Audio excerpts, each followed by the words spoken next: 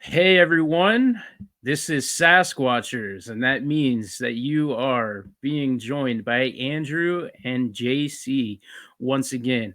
This week we have had a lot of Bigfoot content, so now we're going to change it up and we're going to talk to Mark Hughes, and I'm going to let him introduce himself and talk about his podcast a little bit after the introduction.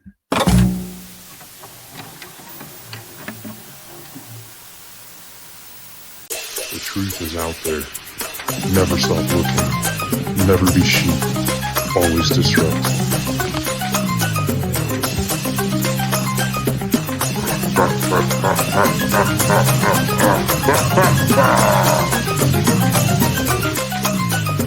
We are the ungovernable. We are the truth seekers. We are Sasquatchers. And we are here with Mark. Mark, how are you doing today? I'm doing great, thank you, Andrew, and yourselves. We are. I mean, I can't speak for JC, but I'm doing okay. It's a fantastic day here at Sasquatchers HQ. I'm marginally all right. Oh, well, that's good. He That's sounds marginally all right.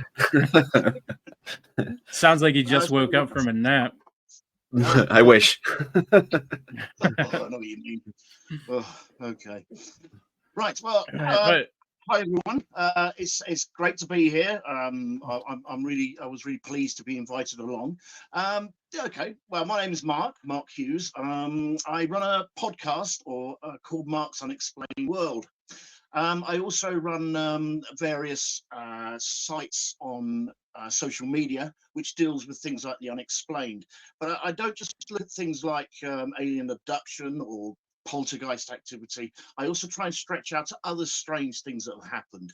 Like I've included things like I did a podcast on the Great Beer Flood in London in 1814. And I've also done things like man-made disasters like Age Orange or along that sort of vein. So I try and do my main focus is the paranormal, but I also try and stretch out and do other bits and pieces as well.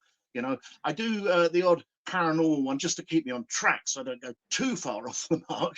But yeah, so that's the sort of thing I cover. I've covered things like, let me think, whatever.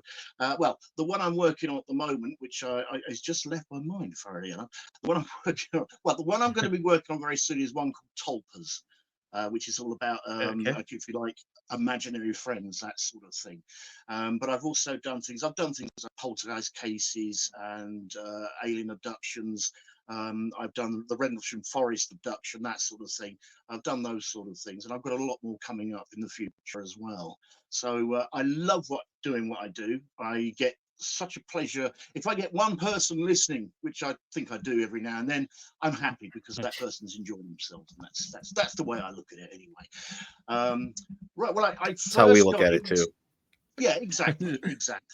You know, I mean, it's funny. I do have people saying I can improve your viewing figures, your listening figures. No, I'm not interested in that. I'm interested in putting it all together, the research, just so people can enjoy it. And that's why I do it. And also, I learned something myself as well. I suppose I first got involved with the paranormal probably when I was about 9 years old. I actually took an interest in it before I witnessed something, if you like. I don't know. Back in the early 1970s, there was a program called, I think it was called The Fantastic Voyage or The Fantastic Journey. It was. You guys may have heard of it. You may not be the same age as me. But it was basically about a group of people who got trapped in the Bermuda Triangle. Ring any bells? okay. You know what? It doesn't, but when I was young, and I'm in my mid 30s now, the Bermuda Triangle was happening. Like there in the 90s, people were obsessed with it. So it was everywhere. You know, there were documentaries and TV shows on like I remember like Fox, would have something on Saturday nights or whatever. So I have that interest in I think there was some X-Files stuff. I'm doing an X-Files rewatch, so I can't remember every episode. but I'm pretty sure they touched on that on X-Files as well. Cool. But Yep. yeah, please, Yeah. not to interrupt. Go ahead. No, that's absolutely fine. Yeah, it was all about a group of people that were trapped in the Bermuda Triangle, and basically what they did was they went into like an alternate reality, and each episode was them trying to get back home. I think it only lasted about 10 episodes, something like that. It didn't go down very well with the audiences of that era. Probably too far ahead of its time. That's what I like to think anyway. And I remember being absolutely Yeah. enthralled by this Bermuda Triangle. I was 8, 9 years old, and I remember sort of trying to find out what this was. And I think it was my mother that told me a little bit about it. So again, this was back in the 70s, so we didn't have internet or anything like that. Books were, I don't know, just about invented, I think, back then. But I remember going down to the library, to the unexplained, or the mysticism section, as they used to call it, and I picked out a book, and I just read this, totally hooked on Flight 19. Is it the missing, the Equinox, or Oculus? I can't remember what it was called now. The boat that disappeared, and the amount of things that went on within this triangle, I got absolutely hooked by it. Because then, from the Bermuda Triangle, I started to learn and read about other strange places around the world and what was going on. And by the age of 12, I was the strange kid dressed in black, reading books about death and mysticism and weird stuff, while all my friends were reading Janet and John, you know. And I sort of just got hooked on it from there. So I always got into it. I suppose my first experience with the paranormal is I actually lived in a haunted house. Again, this is back in the 70s, and it was my bedroom. I mean, bedrooms back then was simply a bed, bedside cabinet, wardrobe. That was it. You didn't have all your televisions and things that we got these days. But I do remember there was a strange feeling in my bedroom. It was always icy cold, you know, and I'd get into bed and I could feel the sheets being pulled down on me and that sort of thing, you know, because I could feel somebody sat on the edge of the bed.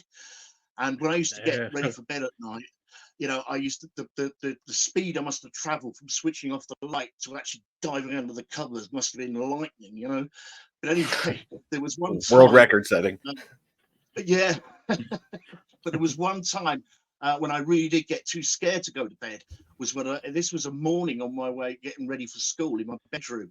Now the wardrobe I had like a varnish finish, you know, so you could just about see your reflection.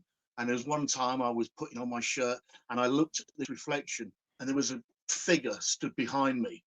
And I got out of there so damn fast. And I was so scared of going to bed because of what I'd seen. Anyway, this got weirder. One night I was very brave and I actually pulled down the blankets to see, you know, if there was something there. And I pulled them down and I could actually see like a large middle-aged lady in like, it looked like a black sort of monks type, not monks, nuns habit type thing with the small hat and what have you. And I went straight back under, absolutely crapping myself. But this is where it gets even stranger still. Is there was one, I think it was one Christmas. We lived on a row of terrace, about 5 houses in a row. And our next door neighbour had invited us round for a Christmas drink. And she'd invited all the neighbours round. And I was about, I don't know, 12, 13 at the time, probably. And we went round there. Now, they had 4 children. And 2 of them were about my age, so they were allowed to mix with the grown-ups. But the 2 youngest children had to go to bed because it was late. It was 8 o'clock, whatever. All of a sudden, everybody's downstairs drinking and chatting and laughing, and there's this almighty scream come from upstairs. And one of her brothers, who was downstairs with us, said, "Oh, Mum, I bet you can see that old lady again." And everybody in the room went silent. And as it turned out, we'd all seen this strange lady in our rooms at night watching us. And we'd never said a word about it before. So that was confirmation to me that these things do exist. What happened after that? How did everybody kind of like colloquially come to terms with the fact that this thing was there? Yeah. Well, somebody actually did do some homework. I mean, me being a sort of guy really into this stuff, I wanted to find out as much as I could, but it was because of my age, there were certain places or certain parts of a library I wasn't allowed to go to. but one of the neighbors did actually try and find out a little bit more about the history of that particular row of houses. And it turns out that it used to be, all the houses were joined together, and it used to be a nursing home. So we think that this old lady may have been a nurse or a nun or a sister that looking after the people in their beds. And that's what we think it may have been. She was seen a few times afterwards until I sort of, grew up and left home. She was still seen within the vicinity of those 5 houses. So yeah, there was quite a shock. I do remember it going really quiet. That's what surprised me, because everybody had a few to drink. Mind you, they sobered up pretty quick when they realised what they'd seen. They all seen the same thing. So yeah, that was like confirmation to me that these things do exist, and it'd be very difficult for somebody to tell me that they didn't, because I've seen too much weird stuff and I've witnessed too many strange things over the years to believe otherwise, So that's probably what really got me into it. And then I went from there then into like the UFOs. I mean, Rendlesham House was at 1980. And that again, I was totally enthralled with that and hooked with that. I wanted to go to Norwich and find out what was going on, but I wasn't allowed. Yeah, that was right there, right next to you. Yes, kind of. And that one that's big for me because of the coverage that Art Bell had, and over the many years that they had kind of discussed that, even up into Midnight in the Desert in like 2015, I think was around the last episode that he did. And that's fascinating case. Oh, yeah. I often listen to Art Bell. I listened to his old recordings on YouTube, and some of them were totally. He was great, wasn't he? But yes, that one. I mean, they've got there now. I mean, I've not been, and it's on my bucket list to go there because I just want to take pictures, the usual stuff. But they've got like this memorial in the middle that's shaped like a triangle UFO or something, with the markings on it that Colonel Hall that actually drew on his notebook when he did them. So that's on my bucket list to go there. That's one of my favorite ones. I think my favorite one from Art Bell was the guy who had the bottomless pit in the back garden. Mel's Hole. Mel's Hole. Yeah. That is fascinating. I did a show on that one because I found it fascinating. And I could not think of, when I was listening to it, and Art Bell was great at this, obviously he was a professional, but I could not thinking, is he trying to push this guy into saying, no, it's all rubbish? Or does he really believe he's got this bottomless infinite pit in his back garden? I could never really work that out. Either way, we found out so much more information about it, which that's one of my favorite cases, that one. And it's still never been found, apparently. Nah, there's some coordinates out there. There's some Reddit subreddits out that exist for this. A lot of people think that it was just kind of entertaining BS hogwash, but I mean, as much of accuracy and proper research like that matters in what we do, there is an entertainment factor. It obviously something draws us into this. So I think what made those shows in particular so masterful is the fact that it hit that line in the sand, like you said, where is this, is he trying to get this, to be revealed as some crazy, practical joke, or, that line of, is this BS or is this total, either way, we're going to get 4 hours on it. Let's sit and listen. I mean, fair play to Art Bell. He knew how to keep people hooked. He really did his stuff. I think the only time I got a little bit probably skeptical is when he said he threw the dog in there and he saw it alive the next day in the woods or Came something. back to life. He get a little bit. Okay. but that, Yeah, it was interesting stuff. I'm pretty sure Mel, or the person playing Mel or whatever, the character of Mel, has passed on. I've been doing some research myself because I wanted to try. This show was started because I originally was trying to do an Art Bell documentary, and I had spoken to his children, well, some of the children, and I spoke to Premier Audio, who owned most of his audio, and Yeah. they Yeah. basically very bluntly told me that I could offer them millions of dollars. It's just a company policy that they don't license anything. So it ended pretty quickly and turned into this show.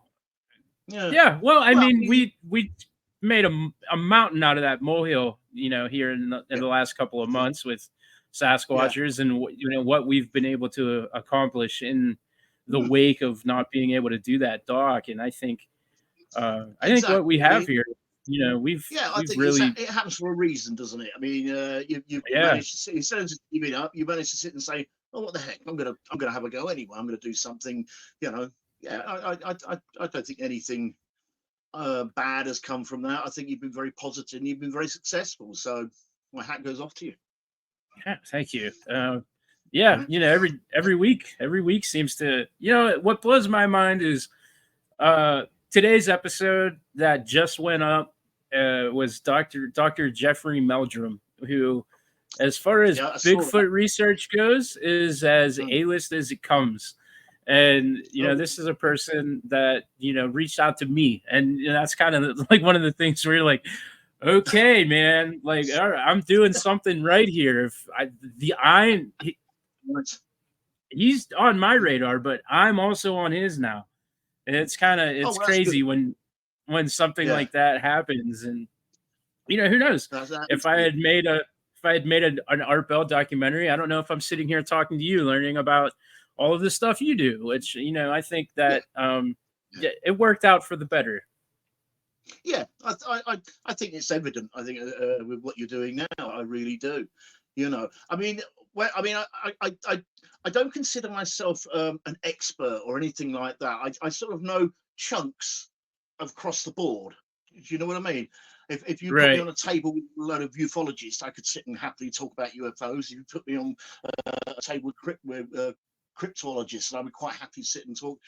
So I tend to consider myself a bit of, which is probably why my podcast tends to go across the board and not just on one subject. Because I learned so much more myself. Even subjects I thought I knew about, I read and then I think, oh my word, I didn't realize that. Which is that's what it's all about, isn't it? We're all learning. At the end of the day. So yeah, Yeah, yeah, I mean, it's one of my I probably. favorite Well, things about this. Yep. I was going to say, I think during my travels, I've probably witnessed two, for the want of a better phrase, cryptids or two entities that I really couldn't explain, but they definitely had a physical presence. The first one was, again, quite a few years ago. I had a very good friend of mine. Fair enough, I just got in contact with him again through social media. It's been about 30 years since I've seen him, but we were talking about this. And there was one time we were just going for a walk. It was quite late. It was probably about 8, 9 o'clock, something like that. And we were just going for a wander. We were only teenagers, that age where we were too young to go to the pub, but too old to sit at home and watch telly with your mum, that sort of age. Yeah. So we tended to used to go out for long walks with the dog.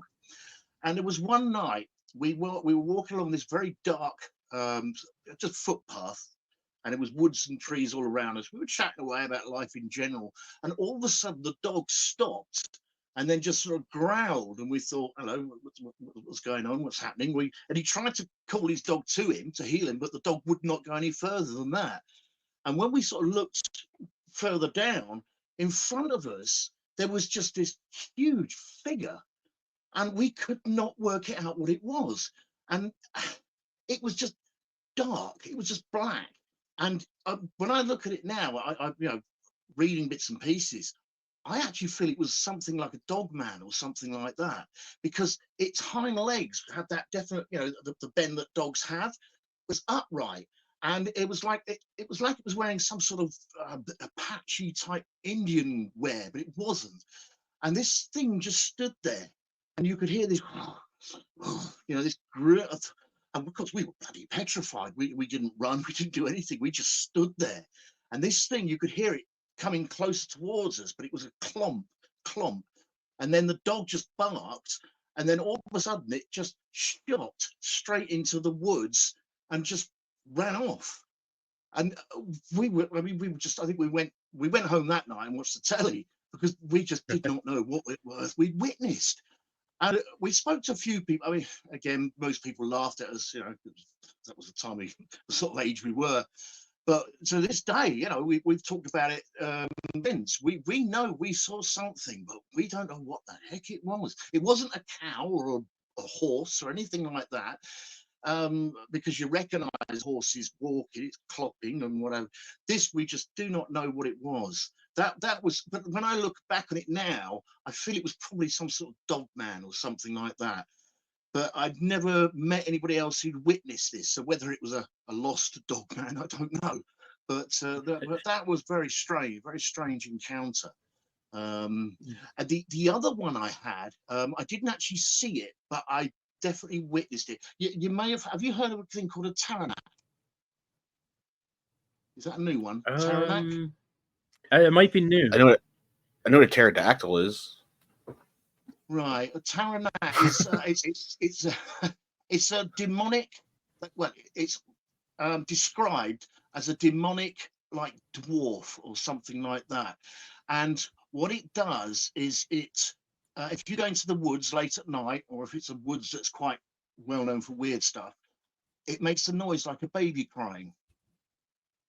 And the idea is you hear the baby and think, what on earth is that? And you go looking for it.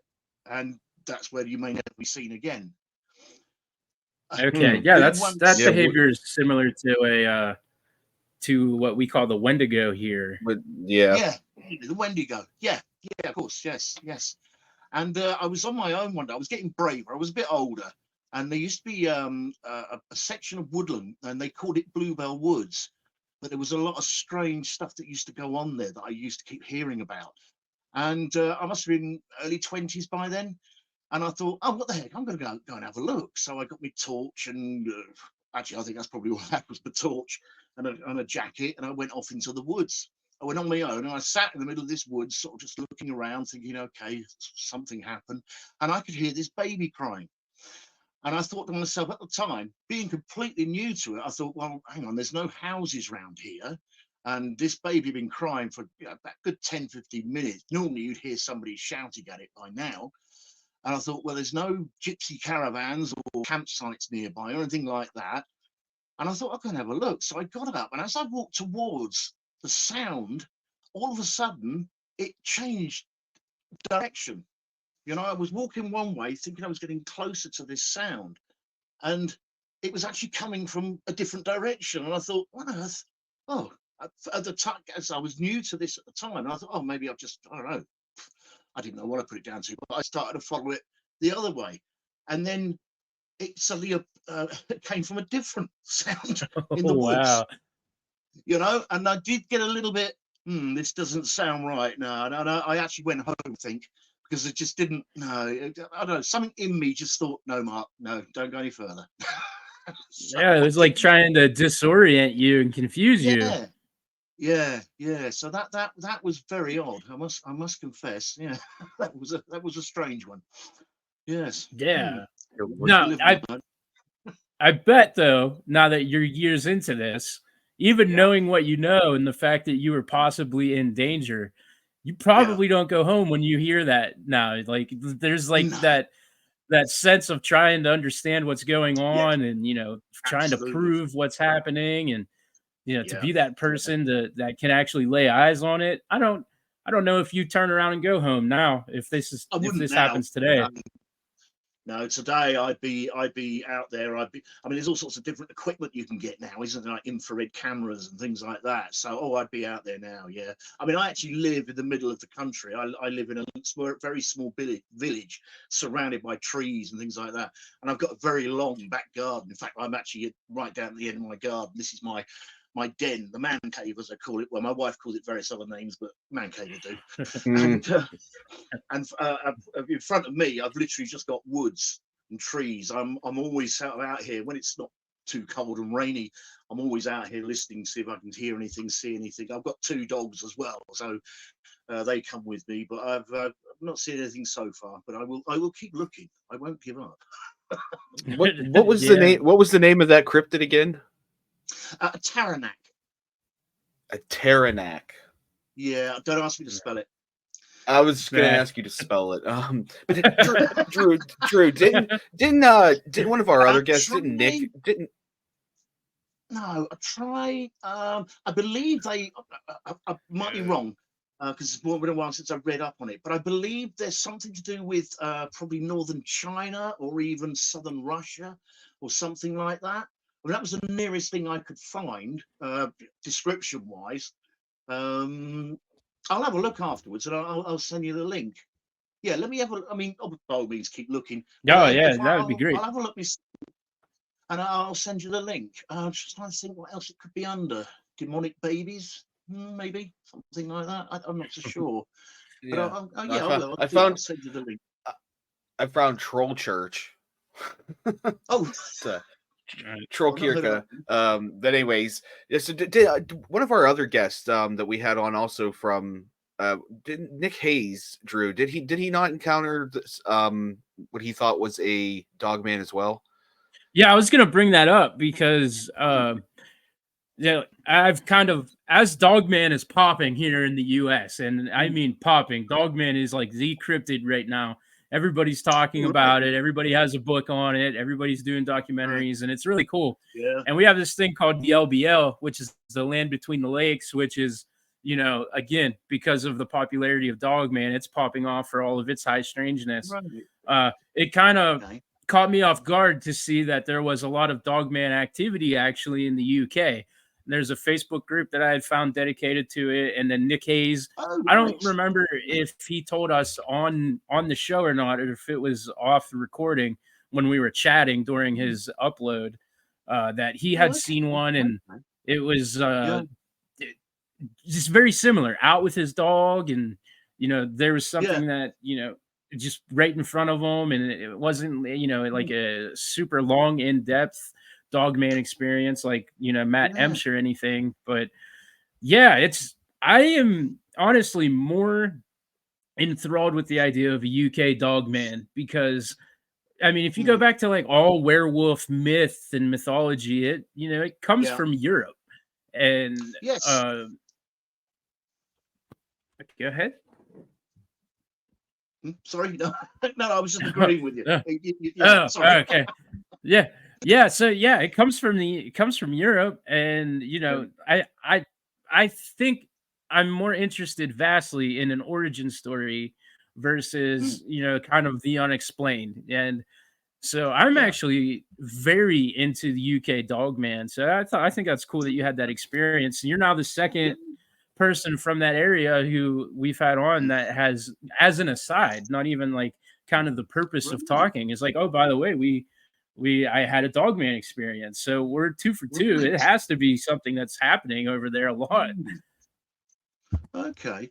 Yeah, I mean, this was a few years ago now, but and at the time we didn't know what it was, but it's sort of read about it now. Maybe that's why I came up with the term Dogman, because one, I could see the hind legs, although it was very dark shadow, I could see the hind legs, and that's what I put it down to. But you're right. I mean, over here we do have wolves, and we have black cats, and that have been photographed and things like that, and then we find no real evidence that they've been there.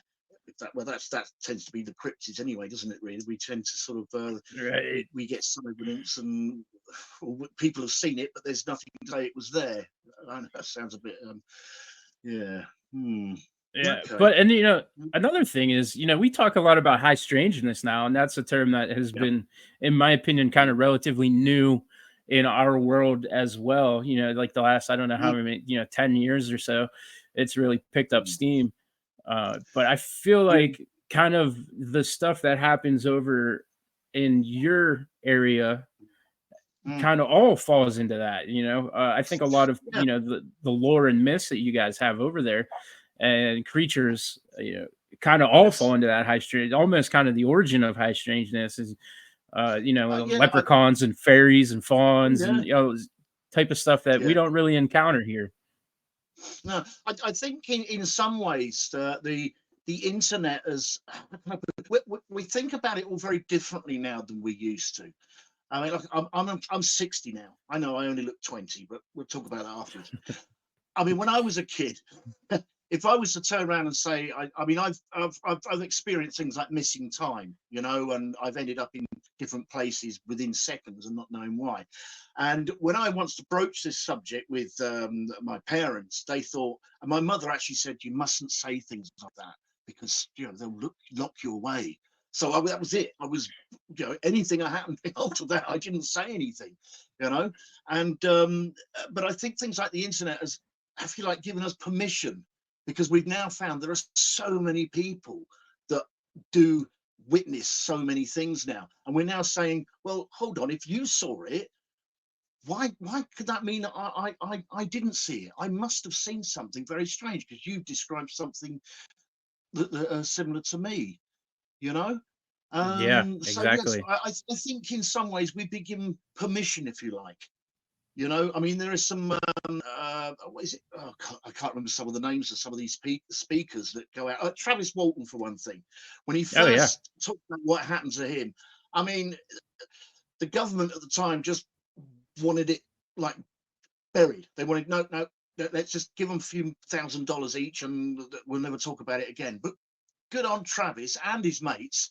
They all turned down the money and they all stuck by their story. And of course, they were ridiculed and goodness knows what else. But now they're quite respected. You know, I think Travis Walton's probably got the most respect out of most ufologists. You know, because people seem to sort of use his name as a, oh yeah, have you seen that? Have you heard about this case? Yeah. And of course, he does talks at these UFO cons, and I think that's what they're called. And I'd love to go and watch him speak one day and see what he has to say about his, you know, what happened to him. It's a fascinating story, but I believe it Absolutely. from day Yeah. one. But because there were so many people who, well, you weren't allowed to say that to, most people were gagged by it. But now the internet's come along and it said, yes, you can believe in this. So of course he's gained popularity for that. Although I have heard him say on documentaries that he does wish it didn't happen to him, but it has. What can I do? He's right, you know. So he just enjoys it, I suppose. I don't know, but yeah, I think we've been given. I think the internet allowed us to be a little bit more open. I think people are very different now. I can go into my local pub, and people actually say to me, "So, Mark, have you witnessed any UFOs or spirit stuff?" And they ask me quite seriously. They don't take the mickey or anything like that. Well, I don't think they do anyway. You know, so it's a very different environment now, I think, when it comes to things like high strangers and the unexplained. You know. Yeah, Sorry, I'll and pause. it's no, it's okay, man. I love when our guests get passionate and talk like that. Oh yeah, Yeah, yeah. Mm. sometimes we'll go, depending on who it is, we'll go 30 minutes and we're just like sitting on our hands, like, oh my, tell me more. Like, this Yeah. is Oh amazing. right. Oh, that's yeah. No, it's Uh, great. I think things like this give people that opportunity. You know, because I know that. Well, I know that. Excuse me. I know that obviously I'm talking to people now who are interested, and I know there's people who are going to be watching it who are interested. So, what better platform is there to sit and talk to lots of people about something you're passionate about? This is a very rare opportunity, and I tend to make the most of it. I always do. right, and yeah, it's cool. Like we're all the weird kid at the lunch table, Yeah. and now that here we are, and everybody's now like Yeah. listening to what the weird kid at the lunch table is talking Yeah, about, and exactly. Yes, that's yeah, very well put. Yeah, I mean, I'd love to go to a school reunion and go, "Ha, told you so." right. Yeah, sorry. But, Yeah. it's all good.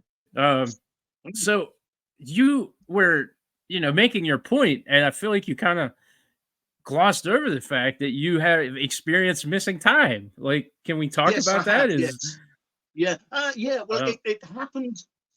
Um, it happened. It doesn't happen now. This is again when I was little. I say little, probably 8 or 9. And there was times when I'd go to bed at night and I'd find myself in the back garden. I'd find myself playing in the back garden at 2 in the morning. You know, I'd go to bed oh at wow, 8 o'clock, whatever.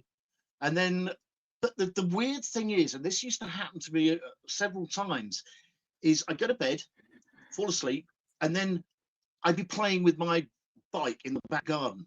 I was only 8, 9, probably 7, and I'd be going up and down the path on my bike, and I would see myself, and I would suddenly, but it wouldn't occur to me. Maybe because I was so young, I might have thought it was a happened to everybody. I don't know. And I'd find myself on a little trike going up and down the garden path, and there was one time I suddenly thought, okay, so I'm out playing. It's a warm night, but why? But I remember going to the back door, banging on the back door, and it was my mother that came down, and I really thought I was going to get an absolute flying, for being out at 2 o'clock in the morning. But she'd open the door and let me back in, and then said, "Right, go to bed." I didn't, and I just thought, that's odd. She's just found me outside playing in the back garden, and she hasn't said anything. And at the time, and again, if I mentioned it to my parents the next day, they would, no, you mustn't talk about that. So I sometimes think and wonder, have they had something similar happen to them? Yeah, Do you you know what never I were mean? able to ask them? No, as you said. I mean, my Yeah, mother it makes passed away sense. a couple of years ago, so a bit late on that one. But my dad, he's quite a bit of hard, strict person to sort of talk to about that sort of thing. Oh, he's all right, but so no, I've never really broached it. But I've also, but that used to happen to me quite a lot. There was one time I remember, again, going to bed at night, and I'd wake up downstairs on the kitchen floor, and I haven't a clue how I've got there. And it was Yeah, just man. that Yeah, kept that's happening to me Yeah. mainly as a kid. It sort of stopped. I don't know, stopped about 9, 10, something like that. It was only when I was small, and I sat and thought, well, maybe I don't know, maybe I did get up and just don't remember. But they had to unlock the back door in order for me to get back in. right. I was So, too young for the key, so there's no way that I could have unlocked it, got outside, locked it back up again, and started playing on my trike.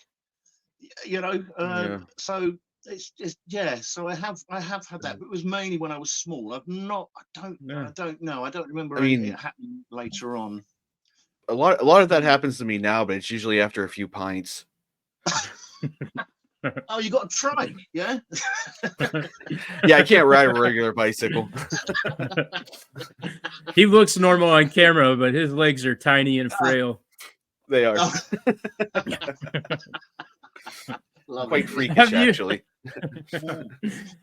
have you ever considered past regression therapy to see if you have any kind of memories locked up inside of your brain that I have thought about that. I have thought about it, but I've not really acted on it. I just put it down as one of those things, I suppose. And but no, I mean, I have thought about it, but never actually done it. So maybe that's something I should look at. Maybe that is something I should look at. I've considered Hmm. it myself just for Yeah, kind of my own strange childhood experiences. And what holds yeah, me back is the people that I find for it are actually quite expensive. And yeah, when yeah, you kind of get into charging money for that kind of thing, that's when I mm, kind of fall into that is this person grifting kind of territory. yeah, And exactly. Yeah, I yes, I I live, great. maybe 4 hours away from Philadelphia, where there's Right. actually some really good regression therapy going on there, and has been for a long time. But Oh, still, right. um, Yeah, e- even if it's Art Bell endorsed or whatever, I yeah, when sure, people sure. start asking for that kind of cash, I'm like, what, maybe the mystery isn't that bad. Yeah, yeah, this is it. I mean, terrible to find out that after all, it was you. You decided to sit in the Yeah, bathtub for no reason whatsoever. no, yeah, yeah. I Yeah, mean, I do know of a few hypnotists over here, but I don't know them professionally, if you like. They just sort of know them as friends, really. So I'm not so sure whether I'd be happy about a friend knowing of Pierre's personal details. Because I don't know. Perhaps it's just me. But no, I'll have to think about it. Have a think about it. See what I can do. Yeah. maybe. But yeah, it's definitely something to consider, especially if you get, answers that are satisfying. I guess even Yeah, if you do find out that it was just something that you were doing for whatever reason. I have terrible sleeping habits, and I sometimes equate them to the paranormal. I've never been a sleepwalker to my knowledge, but I am Mm. crippled by sleep paralysis and I similar was just about to ask you. I problems. was just about to ask you that. Yeah. Okay. And Yeah, that's that's something that people chop that off as scientifically explained, but if you really research it, it's not. it's So not. many people No, dismiss it, there's and yeah, they've correlated that there's a huge serotonin drop that occurs, that's and right. they've kind of That's just right. said that, well, because of Yeah. the serotonin, then this happens. But Yeah. there's no actual, solid No, proof that nobody that is what is happening. no, nobody really knows what caused it. People will tick boxes and that's fine, but nobody really knows. I mean, it's been going back thousands of years. I think the first recorded case was in China, was it? 11, no, 105, I think the year BC. I believe that was one of the first recorded cases of a Chinese guy who went to the doctor saying, I keep seeing somebody in my room at night. And he's choking me. And that's actually recorded. I can't, might be wrong on the year, but I'm pretty sure that was like the first recorded case. And then after that again, it's like everything. The internet has given us a platform to say, hey, I get that as well. And it turns out that lots of people have been having it for hundreds and hundreds of years. There's some really good documentaries. I've got a book on it as well, actually, which I finished reading about a month or so ago. And they're saying that the best way to try and stop it is to change your sleeping habits and things like that. But I don't know. That seems a bit too simple to me when I read it. I thought, Yeah, okay, they go call it sleep therapy, and yeah, it yeah, doesn't work. And no, it's basically mm, like, well, if you exercise a little more and you get, do an extra that's 20 it. minutes on the treadmill, and you'll sleep Yeah, better. And no, that doesn't yeah. stop the demons from coming after No, me in my mm. I recurring mean, dream that has happened for 10 well, years in a row at all. yeah. I And mean, I'm gonna say I've never suffered from it, and this is going to sound crazy, and you'll probably think I am for saying I'd like to experience it once. Do you know what I mean? If yeah, someone would say to me, "Okay, I'm going to give you some," just so I can see what it feels like. Now, obviously, you'd know better than me, but I mean, even people who say they understand that they get it and they know why they get it, but they're still petrified when it happens. And does that mean there's something in the brain that's making you petrified, even though you know what it is? Or yeah. I don't know. I'm not so sure on the Well, on that side of it. what what happens with me now is I don't quite wake up the way I used to when it happens, Mm, and I kind of right. remain in that like dreamlike hallucination. And Wow. usually what Yeah. would happen with me is the hallucination dream would occur, and then I would find myself aware, unable to move, and like typical Yeah. Yeah. paralysis. However, mine has had this consistent change through time where it started like Right. that, but then has just escalated and escalated and escalated. And I have the same recurring dream about the Right. same room in the same house, the same door in the Yeah. basement. And I know there's an entity on the other side of that. And everyone Wow. around me in this dream is completely like blissfully unaware. And then it just like kind of gets darker and darker. And I know this thing's Wow. coming for me. And I try, and Yeah. then in the hallucination, I try to act and I can't move or speak. And then I always joke and say I sound like I'm a dying goat or something, where like Yeah. Yeah. that's what I'm emitting from my when I'm trying to speak. Mm. It's like the last gasp Oh, of a I getcha. goat or something, Getcha. so to speak. Yeah. And a lot of times, like I'll be in that state, and then my wife will have to like Yeah. shake me, and I'll like wake up. I Oh, crashed on the couch the other night after a show because I didn't want to wake anybody up upstairs, and it happened. And I didn't have anybody to wake me up, and it went on longer and longer, and it felt like my entire night was just I was yeah. trapped in that hallucination. And that's the thing, like Yes. mine have escalated and escalated, and they've changed and adapted. And it's not just I wake up and I'm paralyzed, and that's creepy. Everything that Mm, surrounds it has gotten worse. So, I've done my research. yeah, I'm yeah, I'm a lowly chef, but I did go to college, and when I was in right, college, I my psych papers were written on sleep paralysis because it happened to me and I wanted to learn. So I've done the mm, research, and it right, absolutely, in my opinion, is a lot mm, more than there's a serotonin drip, and it's just easily explained. Because as an yeah, experiencer, I can tell you, yeah, like mm, it's rough. And yeah. Because only John, he last, had witnessed it happen one time, and that right, was back when they were kind of pleasant. Like, and when I mean pleasant, I mean like they right, weren't as frightening. right. You think they might be um uh how can I put it, maintain because you've got used to them. It may be a case of whatever it is getting more frightening. In other words, it's like you know what's going to happen. You had it before. Okay, let them get it over with. But because you're not scared or you're not fearful of it. It's the paralysis is saying, "No, sod you. I'm gonna make sure you're bloody scared." So it throws something Yeah, else in the yeah. mix, and then once you get used to that, it throws something else in the mix. It's like it's feeding off your fear. I had never considered that once, but now that you have broached it, I don't know how that's Yeah. not happening. Like that actually it makes total sense to me. Because Have you that's ever what it tried? feels like. It's like you've got used to it, so it's the sleep Yeah. paralysis is saying, no, no, no, no, I need your fear. So it throws something else in the mix, and then it gets steadily worse and worse and worse the more you get used Yeah. to it. And It's just a thought.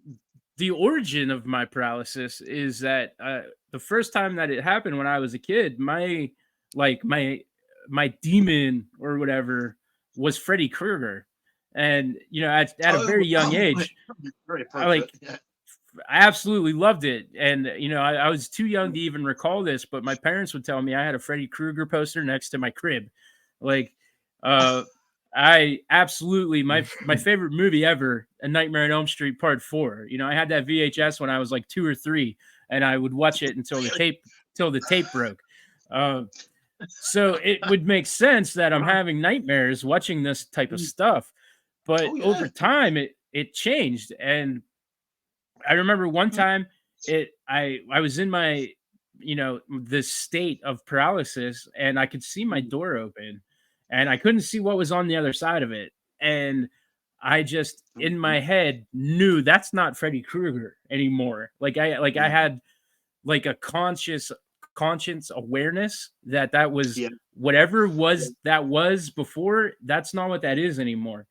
And then Mm, over time, it changed.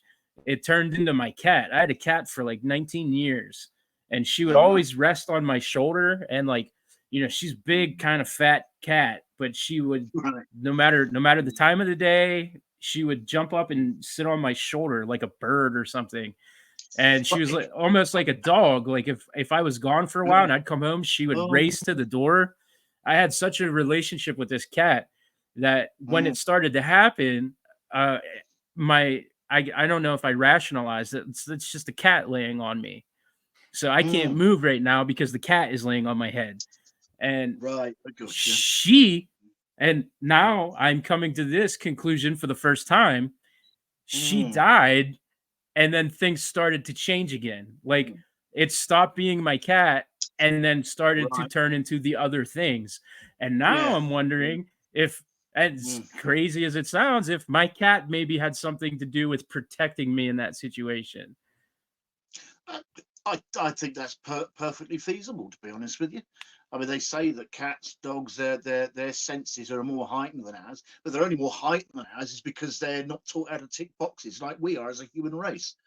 So you're going to get me on Right. conspiracy now, but yeah, but yeah, I think that's perfectly feasible, to be honest. Have you ever practiced lucid dreaming? I've tried lucid dreaming. That's another No. thing I'm really into. I've Mm, accomplished it once. There yeah. was a dream that I had. I made it lucid during the dream. There was a dog coming Right. after Yeah. me, and I was like, "Whoa, man, you're not allowed to do that because this is a dream and I'm in charge." And the dog That's it. stopped Yeah. and ran Yeah. away. And then Yeah. I realized that I was lucid and it woke me up. So that's the Yeah. only lucid dream that I've ever had. But on top Oh, of that, right. I've been trying to do OBEs, and I Oh, accomplished yes. that Yes. one time. I talked about it, Really. episode maybe Yeah. 3 or 4, maybe 5 with Preston Dennett. Yeah. I had an OBE one time. It was my third night Wow. trying, actually. So Yeah. everybody tells It's me yeah. that it actually happened really fast for me. I noticed that Yeah. I was like That right is next to my yes. ceiling. Yeah. Right. And then I was like, "Whoa, okay." And then I looked down and I saw my body sleeping in bed. I was Wow. right next to my wife and everything. And then I Yes. immediately was terrified that I was dying or something, and that woke me up. And I've never been able to Sleep. do it since. So Oh, right. yeah, Okay. Yeah. I tried those Mm. things, and I don't know. I think I have a mental block now after You that out of body after that experience OBE that scared experience. me. Yeah, Yeah. Yeah, you're right. That may be why your subconscious is saying, nope, you're not doing that. What happened last time? yeah. So yeah, but Yeah. those are all things I'm super interested in, and I Mm. practice them. I try to do them. I just haven't had a ton of success with them. Mm. Yeah, you might be a busy person. Sometimes people have a lot going on. It's difficult. I meditate every day because I also work as a medium as well. I do oracle card readings for people and things like that. So I tend to sort of try and meditate. And luckily, like I say, I'm at the bottom of the garden, and I've got all that lovely countryside around me, and I could just focus on what I can hear in the countryside. And I do that every day. It helps me concentrate. That's the word. So, so yeah. So that Yeah. tends to help. I forgot what I was going to say now. I was going to say something else about the sleep paralysis. What was it? No, sorry, it's gone. Next question. It come to me. I can't remember what it was now. Sorry, guys. No, it's all good. Yeah, no, I am a very chaotic person and a chaotic thinker, and I'm one of these types that kind Yeah. of thrive in it. If I find myself too still, that's when anxiety kicks in. It You know what I wakes up. mean? Like I have to focus, and for that, Yeah, it's not even yeah. because of sleep paralysis. I'm up all night. I generally only like to sleep a couple hours a night, and It's what you that get works for used to, me. isn't it? Yeah, it's what you get Yeah. used to. No. I mean, I've read a couple of books on the subconscious mind. I mean, I'm not a psychiatrist or anything like that. I'm just a man who likes to, I don't know, read knowledge. And I was reading that the subconscious mind is actually aware of everything that goes on 6 seconds before it happens. So basically, we're talking now, but this conversation actually happened 6 seconds ago. Yeah, I Blowing your mind, doesn't it? it's mind blowing, but I do remember reading that or hearing that, or Yeah, maybe like they talked about that on art or something. But yeah. I have been familiar with that, and it is one of those things that's kind of Mm. crazy Oh, and yeah, yeah, almost yeah. like kind of like how animals can infer things quicker than we That's it. can too. Like we're just stuck on Yeah. this plane. I believe that we have the same instincts as animals. It's just we are brought up differently.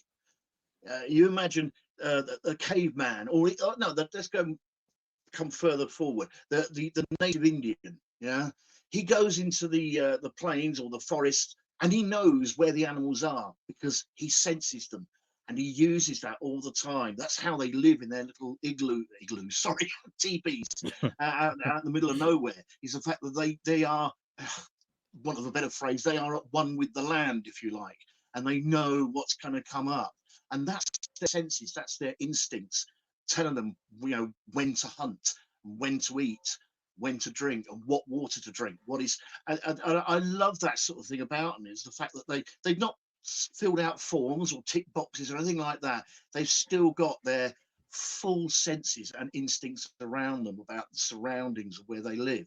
But us as domesticated humans, it's been knocked out of us since we were about 6 years old. So that's why I think that some people have difficulty witnessing paranormal phenomena, because they're focused on it's black or white. They don't look at a grey area. They don't, well, okay, it could happen, you know. So I'm Right. waffling again. So, but that's just my own theory, of course. But I think that it's a gift we've all got, but it's just been knocked out of so many people now. And the people who really have had it knocked out of them completely are the ones in charge, unfortunately. Yeah, and another thing is like, not only are we just now this domesticated species, but Yeah, we are just inundated with yeah, here's media, oh, here's a video game, here's TV, yeah, yeah, here's all of the crazy news stories that we want you to, to focus on mm, and forget about the real issues. yeah, You're just hit yeah, with all of these things. yeah. It's Well, almost this like is it. Yeah, I'm going I to was say just gonna say it's we're almost like told. it's impossible to like there's if I am a ghost, how do I compete with that? Yes, exactly, exactly. If there was a psychic medium in a room and a mathematician, the psychic medium is obviously going to be more aware. Even if they don't see him, they're going to be more aware of that spirit in the room rather than the mathematician who's hid behind a book somewhere. You know, I just think it's a very sad state of affairs. To be honest with you, I think it's quite sad that we now. I don't know. We don't. I don't know. In my experience, I felt that the more you look into the paranormal, the more you read about it, and the more you are accepting of it, the more you'll probably witness. You know, that's just my own my own perception of it. I mean, since I've witnessed things like when you've heard like the Mandela effect, or I've witnessed a glitch in the Matrix, I think they call it, and I've witnessed something repeating itself again. You know, an instance in time which gets repeated 2 or 3 times. You know, I've witnessed those sort of things, and nobody else that I know as well. When I say about my family, they don't know what I'm talking about when I say those sort of things. But I think the more you read about it, the more you study it, the more you can, the more you'll see. And I think you have to be Yeah, open it's to it. just exactly being open and having that awareness Yeah, and looking for yeah, something that you're not otherwise looking for, I think is mm, also if you think of it like in the same respect that if you're friendly, more people would want to yeah, talk to you. So, absolutely, this absolutely. it comes down to that very baseline Mm, of existence is yeah, if you make yourself open to possibilities, then mm, possibilities are open to you. yeah, yeah. I mean, it's that's another good thing about meditation. When I meditate out in my garden, um, I can feel spirits around me. You know, I can feel energies at certain points that are actually around me.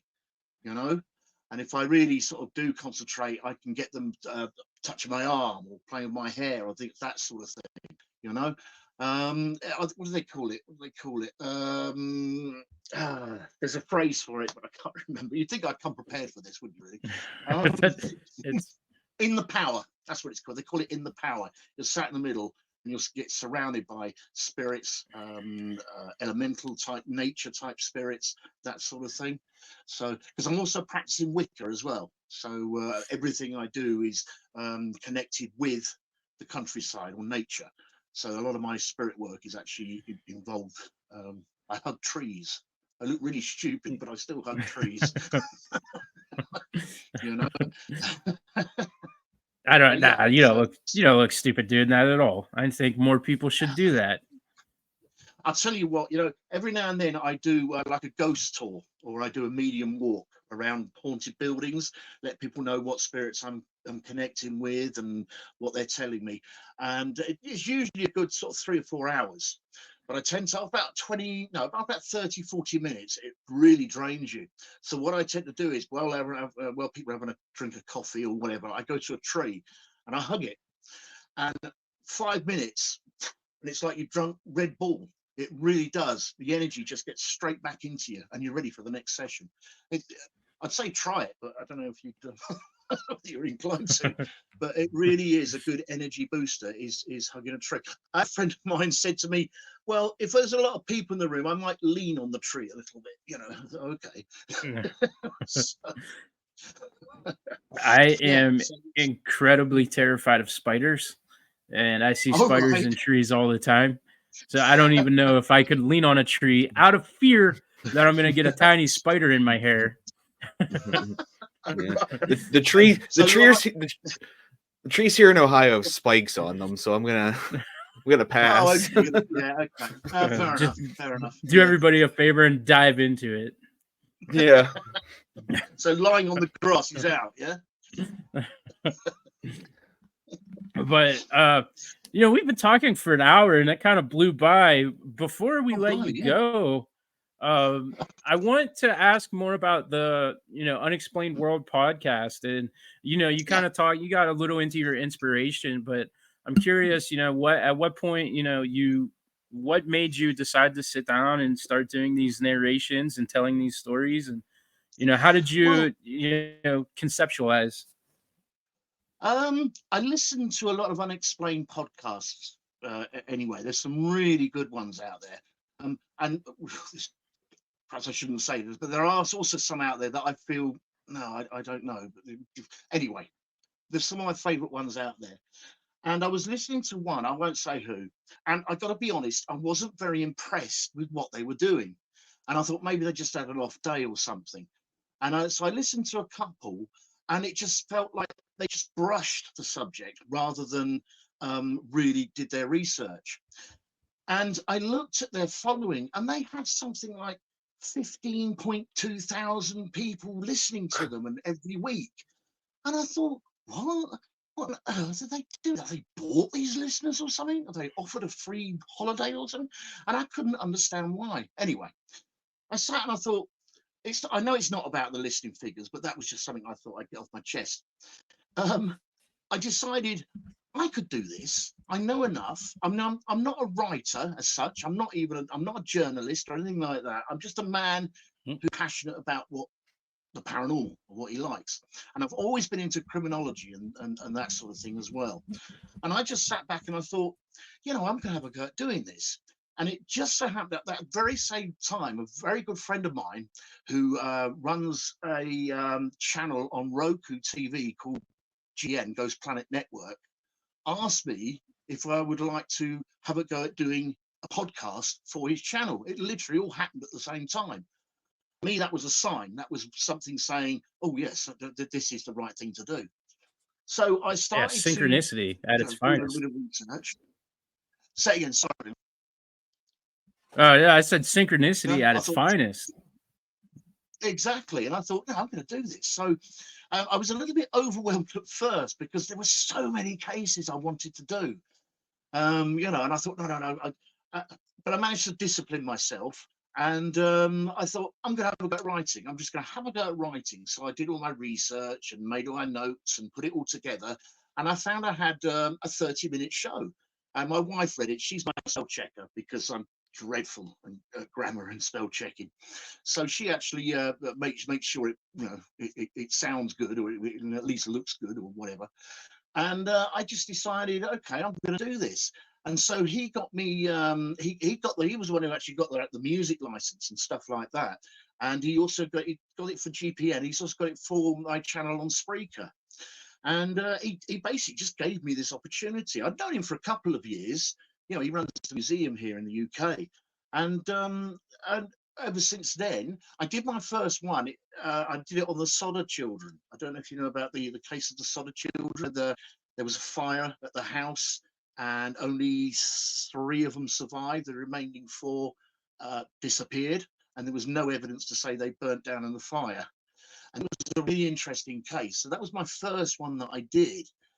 And it sort of stemmed from there. I got a lot of good feedback for the first one, actually. I had a lot of people saying, oh, keep it up, Mark, well done, Mark, and all that. And then it just went into all sorts of tangents. And I think the next one I did was the Bennington Triangle, which is over at your end of the woods, I believe, or in the States somewhere, where the several people disappeared over, I think, the 1950s, I believe. The one that really got me going in that particular case, the one that's really puzzling, is the guy that vanished on the bus. Heard about that one? No, these are new to me. I'm gonna have Oh, to look these up. Sorry, No, it's all good. No, it's the Bennington Triangle. My geography is not very good, and it'll be all in my notes. I think it was Einstein that said, if you write it down, you don't have to remember it. So I swear by that. Anyway, I did this one on the Bennington Triangle, and the more I read about it, the more bizarre it was. And there was a guy who disappeared on a bus going through the Bennington Triangle. And what was even more bizarre is a year before to that day, his wife also disappeared from their house. But he was on the bus. The bus literally goes straight through Bennington, no stops.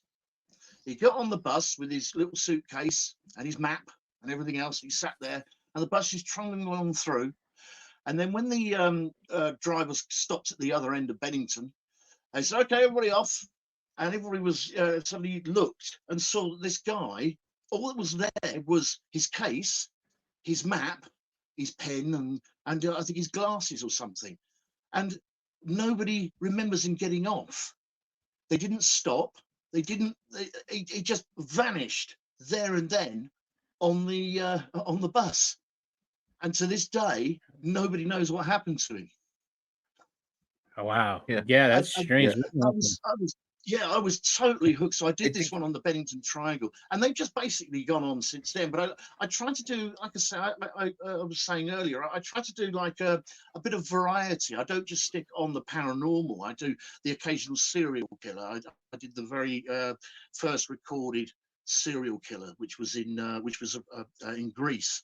Daphne Lauria, I think her name was, and she was a poisoner, and she murdered the Roman emperors and citizens with poison. She was first recorded serial killer, and it just went on from there. Really, I get occasional ideas sent to me as well. People say, "Oh, have you tried one on such and such?" And so, no, they're great. And I've got, I tend to, what am I up to? Show 84, 85. So it's been 18 months, I suppose it's been going for. But I've got shows ready because of the way my brain works. I've got enough shows up to 120, not written, but the ideas are there. You know, they're sort of skeleton shows. Yeah. It's about show 120 because there's just so many interesting unknowns out there. I love what I do. I really do enjoy the research. At school, I was the rebel. You know, I was terrible at school. I really was, writing, arithmetic, and all that. Oh no. I'd rather be out gossip with my mates, having a good time, getting drunk or whatever. But to actually feel my work, I can do this. I can actually put a show together. I can write. I can read. I can research. You know, and I think, why didn't I do this back in the 70s? You know. But I love the research. I really do. The show I'm working on at the moment, which comes out next Monday, is working on the Fae, the fairies, that sort of thing, fairy lore, folklore, and it's fascinating, absolutely fascinating. I mean, Disney didn't do fairies any favors by making them all sweet and nice and bubbly, Right? Because they're not. Right. That that created really a misconception here in America too. Oh, absolutely. Most people But think of the Disney fairy instead. Yeah. Oh yeah, I mean, my granddaughter, when she comes around my house and she's got a little fairy house and things like that, and I keep thinking, you know, if only you knew the truth. And I've been told not to say anything. That'll fine if she disappears. On your head, be it. But yeah, but the concept of the Fae and folklore is absolutely fascinating subject. You know, I try not to make them too long. I tend to the longest one I've had is probably about an hour, but I tend to go between half an hour to 45 minutes because I think listening to me waffle on for 45 minutes is enough for anybody, I think. Well, on that note, I want to pay you a compliment because dude, no, for real. The type of show that you do is hard to do. And you said that when you started doing this, it was because you were listening to one that didn't impress you. I got away from the paranormal podcast for a really long time, and I only listened to Art Bell for quite a few years because I felt the same way. And I thought that a lot of people put more effort into the sound effects and the spooky noises and the ambiance and didn't put any of the work into the subject. And so what I can say is the show that you make is it has substance, and I like it. And that's one of the reasons that, I friended you on social media. It's one of the reasons I Yeah, wanted to have you on to promote your show and to learn about it and yeah, talk to you, that's great. Thank you. because the stuff that you're doing is a lot better than similar shows. And we don't have to call anybody out or name drop. Let's just celebrate the fact that you're doing something that I think is fantastic. Okay. Thank you very much. So I really y- appreciate it. hard work pays off. And I think what you're doing is awesome. Uh, you mentioned It that it's takes on. about, Oh, go I ahead. can Go say ahead. it takes, it takes about 3.5 days to put together. That's on and off. I'm not up all night for 3 nights, but because you get a thing called writer's block. You start writing, and all of a sudden, everything you've not written, you're saying, "Oh, hang on, I didn't put this in. I didn't put. Oh, good. No, I have to walk away, cup of coffee, watch telly for an hour, then go back to it." And I think, Yeah. oh yeah, why didn't I do that? Why did so yeah, it takes about 3.5 days to actually put one together, and I'm one show ahead all the time, so I've always got one in emergency just in case something happens to get called away or something. But so I like to be prepared. But yeah, Yeah. but thank No. you for your compliments. I Yeah. really Yeah. appreciate it. Absolutely. Yeah. I meant every word. I want the audience to be able to find it. I know you said that it was on Spreaker. Uh, Yeah. Are there any other links that you or anything you want to promote here before we end the show? Well, Because I want I everything that you suppose. have to. Okay. Well, what I will do, I'll send you the links to my social media sites, because I'm on TikTok as well. TikTok is a little bit more my medium walks rather than my shows, but I do advertise them on there. My Facebook group, Marks Unexplained World. Um, yeah, they're on there. The links are on there as well to Spreaker. They're on Spreaker. They're on Ghost Planet Network, which is on Roku TV. I think he's had internet problems lately, so he's a little bit behind with loading up. Also, you'll find them on Spotify, Amazon Prime. They're on Google Podcast as well. I think if you wanted to really binge it and listen to all 80 in one hit, you probably need to go to Spreaker or Google Podcast. But from about show 60, they're on Prime, Spotify, Podbean, and most other podcast platforms. They're not on iTunes yet. They will be as soon as I get a new laptop, because my laptop can't handle iTunes. Oh, anyway, so yes, so that's the link. If I also have an Instagram account. It's called Mark the Medium, but it's host of Mark's Unexplained World. There's a link in there in the biography section of Instagram to Spreaker again. And there is on TikTok as well. There's a link on there which will take you to Spreaker. I've actually found if you just type in Mark's Unexplained World in Google, all my podcasts come up. So it might be even simpler still. All right. But what Yeah. I'll do is Yeah. I'll send you. I will send you a link to all the relevant ones. And yeah, by all means, it'd be fantastic. People want to have that's on YouTube as well. So yes, they are on YouTube as well. But again, only from show 60 to 83 or whatever the last one was. But yeah, I mean, it'd be fantastic. Please give a listen. Hopefully, you'll enjoy them. I do put my little bit of humor in every now and then. And sometimes I have to roll my eyes because of some of the things that people have done to try and solve some of their paranormal issues. And I think, oh, good grief, what are they doing? So I tend to sort of put a little bit of, because some of them, they deserve humor simply because they're too serious, like serial killers and Right. things like that, missing people. But some of them I try and put a little bit of humor in, if I can, just to sort of keep it ticking along. It's funny, when I was doing the beer flood in London of 1814, I first saw that. I thought, this would be brilliant. This would be a nice, light, easygoing show. I can put a bit of a humour in. I'm going to do the show. And when I read it, 8 people died because of this, and I thought, I can't put humour in this. What bad taste would that be? So I had to I still did it, and I still enjoyed it. It was interesting. But sometimes you have to sort of think, no, I can't laugh about this. 8 people died because of this. So Yeah. be a bit But careful. But yeah, your compliments are really, I really appreciate them, and thank you very much. yeah. Nope. And I'm Meant every I word. mean, your shows are good. I've listened to a couple of them. I'll be perfectly honest, I've not listened to them all because I've been a bit busy the last few days. But I have listened to a couple of them, and I have been impressed. You know, so Oh, well done. And thank I think you. you're doing Thank you. fantastic.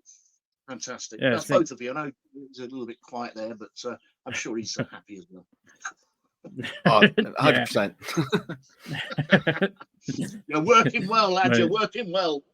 All right. Well, thank you. I appreciate your compliments as well. Everybody, I want you to make sure that you follow up, check his links out, and listen to the podcast. I think it's a great listen. And thanks again for coming on. We really appreciate it. Thank you for the opportunity. Yes, thank you. I love doing these. I really do. It's great to talk to like-minded people. Right, exactly. It's all about the culture and the community for me.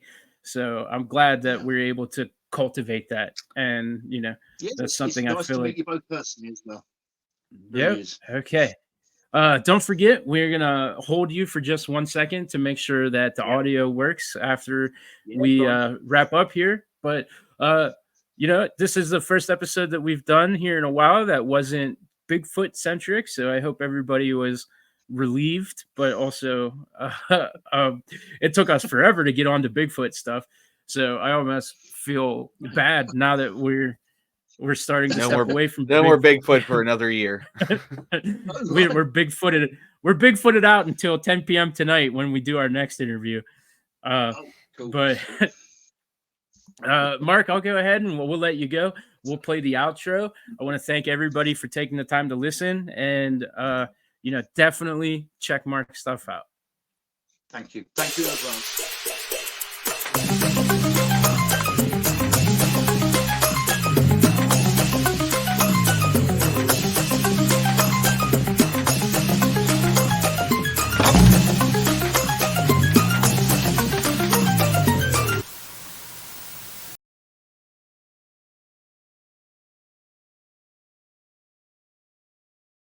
Thanks for squatching, everyone.